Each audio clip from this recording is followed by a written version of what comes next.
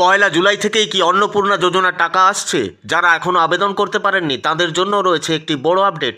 মুখ্যমন্ত্রীর বক্তব্য অনুযায়ী ইতিমধ্যেই 1,05,00,000-এরও বেশি মহিলার ভেরিফিকেশন সম্পন্ন হয়ে পোর্টালে আপলোড হয়েছে। তাদের টাকা পয়লা জুলাই থেকে ট্রান্সফার শুরু হওয়ার কথা তিনি জানিয়েছেন।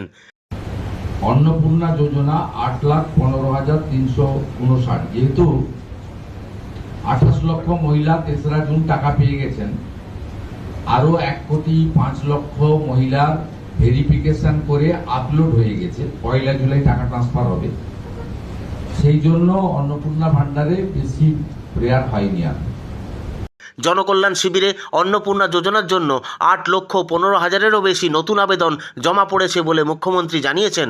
তবে একটা বিষয় স্পষ্ট, অন্নপূর্ণা যোজনার ক্ষেত্রে ভেরিফিকেশন সম্পন্ন হওয়া অত্যন্ত গুরুত্বপূর্ণ। ভেরিফিকেশন সম্পন্ন না হলে টাকা পাওয়ার সম্ভাবনা খুবই কম।